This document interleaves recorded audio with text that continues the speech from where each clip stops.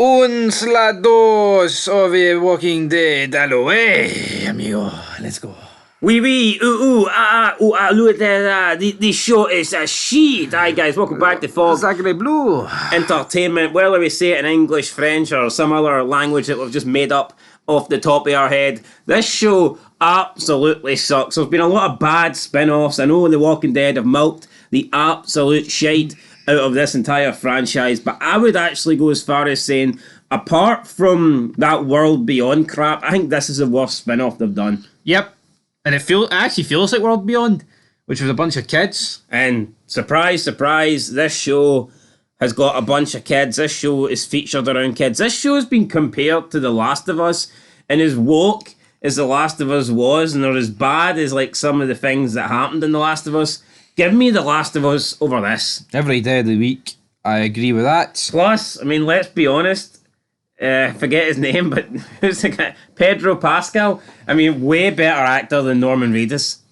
Yep. Norman Reedus, he's a crap actor, let's be honest. Overrated bastard. I mean, he has claim to fame is playing Daryl Dixon, some guy that basically just walks around forests with a crossbow grunting. You know what? See, it's like something with Beavis and fucking Butthead. That's what Daryl does, grunt. I see if he didn't have his crossbow or knives, it'd be fucking shite. And then he gets a dog in the later seasons of and then people love him, and he names the dog Dog. I mean, what? What? I know we're supposed to accept that. I don't think there's ever been a character in TV history that has been so successful but like done absolutely nothing to deserve the success or popularity than Daryl Dixon. Right? I know I've got a lot of shit to say about Rick, right? But you can't deny that Andrew Lincoln done a great job playing Rick. Yep. Some of the Rick scenes, right, with the acting is phenomenal. I can't tell you. Look at Daryl Dixon when he sees Meryl and he does that fake cry. I don't want to bash Norman Reedus here, but I will, because I think he's a one-dimensional actor. I think Daryl's a one-dimensional character, and I think this show is going in one direction, and that is to the bottom of the barrel. That is to the bin, and that is probably somewhere close to a 0 out of 10 rating for us. But we'll get into the episode.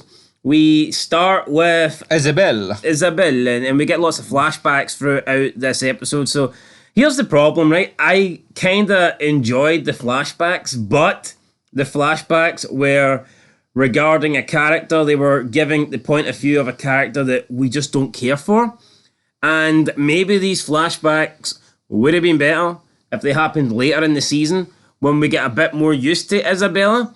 But right now, we've only really seen her for one episode. She was in the premiere, and we just don't care. I don't give a shit about Isabella's side of the story. I don't care for Isabella, therefore I do not care about an Isabella flashback. It's just the way it is. Yep. I mean, you could have gave us a Daryl Dixon flashback with Meryl when the outbreak happened. You could have done that. You could have. But no, we get Isabella that absolutely nobody cares about. I think we'll just wrap up all our flashback scenes now, basically. Yeah, you know what? I enjoyed seeing Paris get overrun. I mean, it wasn't a massive overrun, but no, it doesn't make any sense. She's walking about Paris, right? You get one or two incidents, right? So, all of a sudden, right, there's a couple of bites and whatnot. But then, the same time frame, like literally 10 minutes later, it went from there being like a minor tussle to it almost felt like the entire city was burning down within the space of 10-15 minutes. How's that even fucking possible? Because we've seen it take days for people that get bit to turn. I just don't see how the whole city went from, oh, look, there's a wee minor scuffle, there's one incident, to like 15-20 minutes later, and it's like, oh, Paris is overrun, we need to escape the city. Yeah, it makes no sense. See when they show you this, so how the hell do things like this not get like put under control? How do the government not fucking police? How do they not manage to contain this? Yeah, in this whole scene, we seen one police car. Like, for fuck's sake, man. There'd be more than one police car. Yeah, so some guy just comes up and drifts into a zombie. I don't know if it's her boyfriend or something else. We've seen her earlier. She's in this like nightclub. I think she's like stealing money, stealing Rolexes and stuff for rich guys. So it's funny that she's how it feels. It's funny that she's supposed to be a nun, but it looks like she is some sort of I don't know if she's a prostitute, maybe a call girl or something like that, but she's a thief as well. So, I mean, she's not got a lot, not really following in the Lord's footsteps. Then some guy saves her. They have to go back to her apartment to get her sister. Her sister isn't feeling good. It turns out that she might be pregnant. It turns out, in fact, she is pregnant. She is very sick, but it's not because she's been bitten. Her boyfriend then tells her, look, your sister's not safe. We can't take her with her. We need to drop her off somewhere where she will get help, and then we can go and I'll take care of you because I always take care of you. But she decides to slip her hand into her boyfriend's coat, take his car keys out, and leaves him behind and drives off with her sister. And he said, though, here, we'll come back to Paris in a couple of days and it'll be alright. Well, why can't you just take her with you then? Good luck with that shit.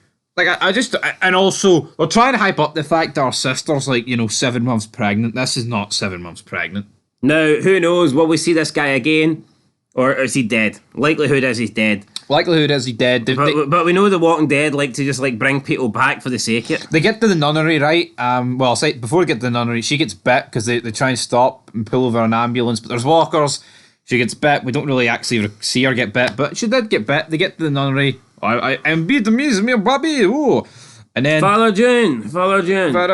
They strap her down. She gives birth. Yada yada yada. She's dead. Gives birth. Cut her stomach open. A C-section. Laurent is still alive, and this is where you've got a problem because Laurent is only about 12. Yeah, the whole time frame for The Walking Dead is fucked up. It just doesn't make any sense. At this point, we have to be further into the apocalypse than what this show is suggesting. I mean, Laurent is 12?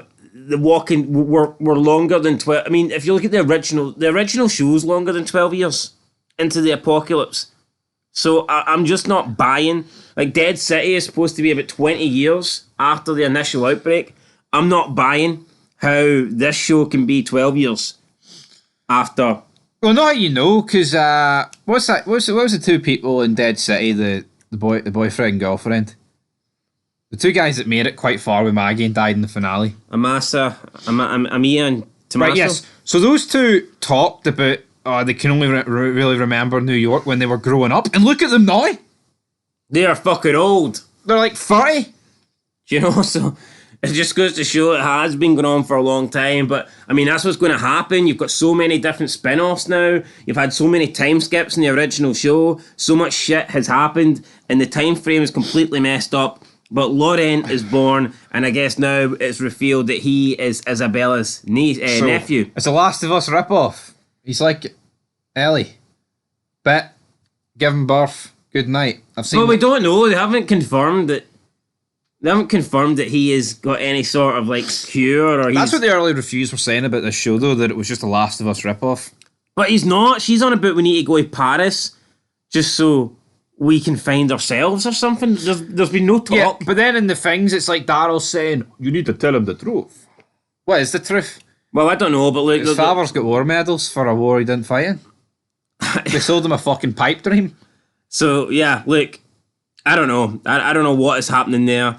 The group are going past. So also there was some black woman that literally got added, and I don't think she was one of the nuns. I did not. Sylvie. Although she did know one of the Bible passages, so I'm going to assume she was a nun. But we never seen her. I don't think they showed her in the opening episode, so maybe they just had this nun tag along here. I'm guessing maybe they're adding an extra body so we can have a death scene, who knows. So they're going along, the horse is beginning to freak out, it attracts walkers. 1 minute with no walkers, the next minute with 20 million walkers. I mean, it's Walking Dead really logic into it. How can one wee noise just attract a bunch of walkers to come out of nowhere? That shit pisses me off. I don't like when that happens. Daryl then lets the horse go. I mean, they could have simply just done a 180. Just went the way they went originally. And went away for the walkers, but, Daryl decides, no, it would be better if we just release this horse. This annoys. Even though they need a fucking horse. I mean, because he lets this horse go, and then the rest of the episode is basically, oh shit, we need to do whatever it takes to find a horse. You fucking had a horse. Yeah, it's not like the walkers got close and it was a last chance fucking saloon, man. Yeah, like him cutting this free, that's the whole plot of this episode. finding a horse to get to Paris. Or, we can't go through Angers, it's too long, man. So they lie to the kid and they say that the horse is eating apples or whatever. We then see someone take a shot at Daryl. He goes to investigate, but he gets ambushed by a bunch of kids. And then they get taken to like this nursery. Preschool, whatever. And there's a bike that makes you watch TV. Yeah, so this preschool is run by kids. The leader is a female. Go figure. I mean, it's The Walking Dead. It's woke. Basically, to be the leader, you have to be a female or a person of colour. You can't be white unless you're the bad guy. And we do encounter a bad white American. Funny enough, I'm American, walkers. You can't bite me. From Texas, and so the white guy that we do get in this episode does happen to be the antagonist for the episode, because of course there is no. And even the boyfriend, he was white and he was portrayed as a fucking bad guy. Oh, we can't take your sister with us. Oh no. So yeah, no, you can't be a white man and be good. And Daryl Dixon's the only guy that's allowed to be white and good. But anyone else has to be an antagonist. Even then, though, he's not. He's white, but he's fucking shite. He's a boring bastard. So yeah, the leader, they call him Father Daryl. I mean, that was a little bit funny. But his wee speech was. They're having dinner and they say, "Would you say grace, Father Daryl?" So Daryl speaks about how, you know what, maybe we deserve this, God, but tonight we don't. Tonight we're going to eat food, and if you don't like it, then go fuck yourself. Basically what Daryl Dixon said about God. Then the leader of the preschool, whose name I totally forget, I think it's Lou, and she manages to tell that Dixon is not Father Daryl, and in fact he's just some redneck from America. So I'm just some guy. Go figure. I just don't believe, though, for a fact that this whole preschool has been around, and it's basically a bunch of kids that are like no older than, they're like 14 or whatever, 15, and they've been running this ship now for the past 6 months because there was an older woman there who was taking care of them, their teacher, but she is now sick. And Daryl says, "Here, you need meds for this teacher if you want to save her. Why don't we go and try and get some meds and we can try and get a horse while we're at it?" Nay. Now, apparently there is some guy, he takes all the horses and he takes all the meds. He basically takes everything. He lives in a castle, and that is where they need to go. That night, we see them watching TV. There's 2 kids pedaling a bike, and the bike somehow generates, I don't know, electricity or something to the TV. I mean, we are dealing like crazy shit. You need to be like a fucking genius to make this work. But a bunch of French kids have managed to do this. This is some like Nicholas Tesla shit going on here. Nicholas Tesla? Aye. Who's that? Guy that invented a machine that can cause earthquakes. A machine that can cause earthquakes? Aye. Never heard of that before. So I created maybe the Tesla car along with Elon Musk. Maybe I'm getting his name wrong. Sure it's Tesla or something. Isaac Newton? No. Anyway, the point is, right, I don't think these kids done this. I don't think they invented this fucking bike system to get the TV working. I don't think they managed to survive on their own. I don't think they're holding off walkers. I don't think they're growing crops. I think they're fucking kids, and I think we need to stop pushing this stupid fucking narrative. Stop being woke. It's unrealistic. Kids would not be stepping up. Like, they'd be the first ones to go. No, they would be. Can we just stop forcing this crap? It's like, look at, the nuns, the all-women group that has managed to survive. It's like, no. Just no. Like, why is it the only, like, masculine men we can get in TV shows always have to be the antagonists? Where's the good masculine men? That are protecting the women, why are we not allowed them? Because that's men bad, women and children good. That's why. That's fucking it. See, in this sort of world, only the strong survive. The only show that wasn't woke was the original Walking Dead, and it got you got like a couple of seasons. Yep, and then it went woke. You know, this whatever. You see the original Walking Dead. See how season 1 and 2 went. That's realistic. That's realism. I'm sorry. See Rick and Shane and Daryl and Glenn. See those guys going out and doing the important stuff, the risky stuff. And the women sitting in Herschel's farm, cooking and cleaning. That's how things go. That is how we do it here. See, Carl is fucking annoying as he was. That's how things go. That's how children are. It wasn't Carl stepping up and fucking leading the things in season 2. He wasn't doing that. He wasn't building a bike that was fucking capable of putting on televisions. He wasn't doing that shit. It wasn't even anything good on TV. It was Dr. Rogers or something. It was some old shite. And the next day they go on this mission. It's Lou and Daryl. Daryl then forces her in this cabin alone. He goes into the castle. He finds some kid that is from Lou's group who's been kidnapped by this American dude. The American dude starts shooting, so Daryl gives the boy that was captured Harrison, or as in English they call it Hedgehog. So Hedgehog. Says, Sonic the Hedgehog. Come with me, Hedgehog. So Daryl just gives this random kid that he's literally just met his gun. Yep. Could have been. I mean, Daryl Dixon, the guy that didn't trust anybody. Now all of a sudden he's giving his gun away to some kid that could have easily shot him from behind, just killed him, could have wiped him out there, but no, Daryl Dixon just not being Daryl Dixon like at all. I'll tell you what though, right, this guy that's in charge of this castle, R.J. Gaines. So apparently, according to Vulture.com, it's been 13 years of a zombie apocalypse, and this guy has took over this castle and he gets took out like this. Yeah, so this guy's been living in this castle for 13 years, but of course, here comes Daryl Dixon and a bunch of kids. So you're American, Daryl. So boy, we're two patriots, boy. His 13 years of, fucking terrorism, his 13 years of, his reign of terror, as Triple H would put it, is over. Because Daryl Dixon sneaks up. That's what annoys me about things like this, right? Because it's experience.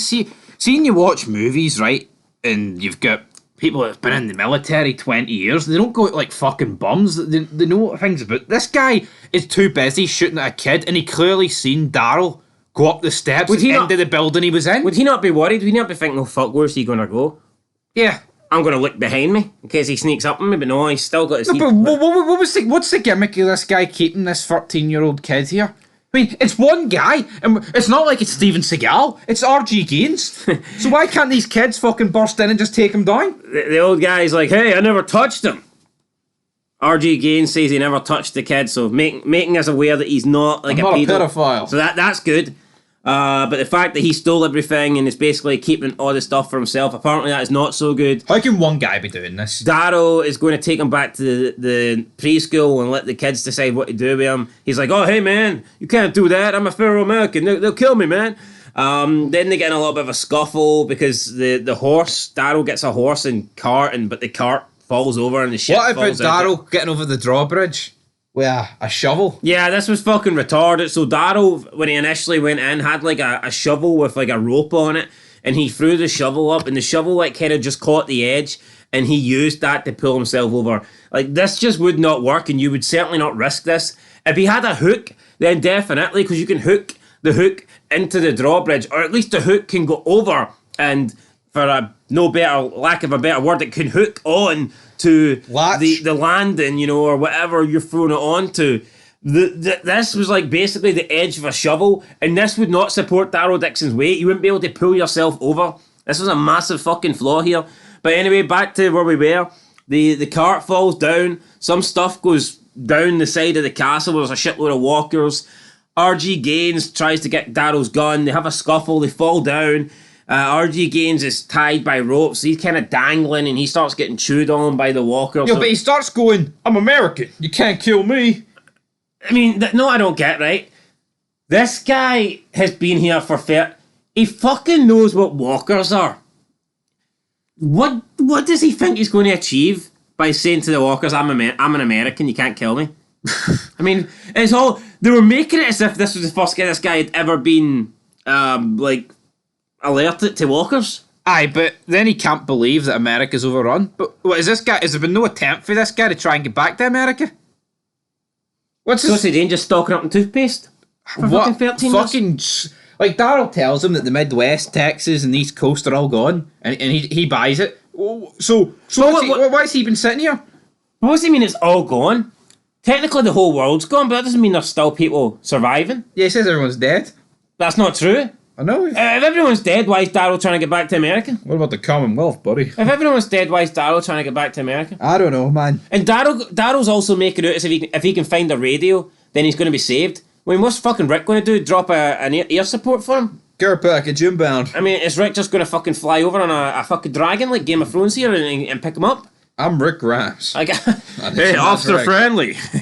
You got a ride for me, buddy? So yeah, Daryl Dixon falls. So they're in this like enclosed bit. This guy's getting his legs chewed. Daryl Dixon is surrounded by like 30, 40 walkers. And, you know, anyone else... I would say more than that. But listen, if it's anybody else, it's weird. If you're a nobody, you die 100%. But if you're a main character, you survive. They need to stop doing this. No, but he shoots the oil containers, right? And it blows up. No, but there's walkers all around. Why would walkers sell this more than him? The ones that are like further away. Agreed. That makes no sense because we know they don't sell it unless it's a brain injury. But look how quickly look how slowly these walkers were moving. I know. See if Daryl was a no-name red shirt, he'd have been swarmed within 2.5 seconds and torn apart. It was garbage. Laurent, though, he found his horse. Laurent found his horse and he realised that he'd been lied to, so he wasn't happy about that. And also, his dad wasn't really a soldier. Yeah, his dad wasn't a soldier, so this kid's just been lied to his whole life. Daryl is saved by Lou and the Hedgehog and the other woman whose name I forget. Alright, maybe that is Lou. That's Lou, yeah. Livy. Her name's Livy. So Lou and the kid and then the black kid. Then the black kid looks over and he sees his brother. He's like, oh no, my brother! And then he says you lied, and there was a big fascination with this episode about fucking lies. I mean, you can lie to kids, but you have to do it smartly. No, what was the fascination with lies? What are we trying to achieve here? How many times were lies brought up in this episode? Quite a lot, wasn't it? The only lies I'm interested in is when the governor looks at Rick. Liar. You know, that's a great line, but I mean, this episode there was some like fascination with people lying to each other. Anyway, they save Daryl Dixon, they pull him up, so Daryl Dixon's rescued by these kids, and then Lou says to Dixon, I guess you're not so good by yourself then, after all. So, they go back. This kid that has been brought back, I think everybody thought he was dead, so he gets like a big welcome him committee. Daryl's got a horse now, so he's going to go. The woman, the teacher, she's died, she's passed away. Lou thinks, damn it, I took too long getting the medicine, but Daryl Dixon says, nah, the medicine wasn't going to help her anyway. I lied. For a horse. Just to get you a horse. And like, so what was her illness? What was she sick from? Yeah, it was never even like revealed. So again, she's been alive for 6 months. Daryl turns up and she just died. Like, what the fuck? No, but if we didn't know what the illness was, how would he know any sort of medicine would help?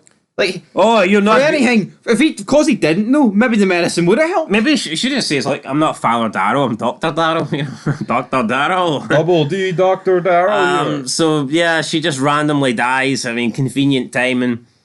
And I mean, that's pretty much it. They decide that, well, you know what? That's it. We're going on our way now.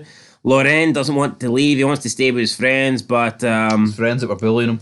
But yeah, they're like, nah, you have to come. So Isabella's like, you have to come with us, and they end up going, and that's it. They leave the preschool. They'll wave goodbye, and au revoir. That's pretty much it. I mean, Laurent will not sit in the cart. He's walking, and I mean that's it. The episode ends with them just going down this like little road or this little passageway. Absolute filler garbage. And like and there's just so much French speaking in this as well. I just don't like it. I do not like it whatsoever. I think it's off-putting as well. I mean, it's just I can almost accept Spanish because the amount of people that speak Spanish, but I just don't think it makes logical sense to have French be a. Yeah. I don't know. For me, anyway, I'm going to give this episode a 2 out of 10. I thought it was pretty poor, and I don't expect this show to do much better. I mean, it's so fucking boring. I don't care about any of the characters. And it's so dull. At least the flashbacks, Paris was like bright. It's just like that shitey grey filter into it. There's no colour. There's no nothing. I don't like any of the characters. I don't even like Daryl Dixon. I agree with your rating. I gave the premiere a 2, and unfortunately all this is going to get for me is a 2, so 2 out of 10, guys. Episode 3, I mean, the trailer for it did not excite me in the one bit. I mean, there's this like black guy with a grey beard, and it seems like he runs Paris. Maybe that'll be interesting, but who knows? It's a 2 out of 10 for Alouette, and we'll be back next time. But till then, peace.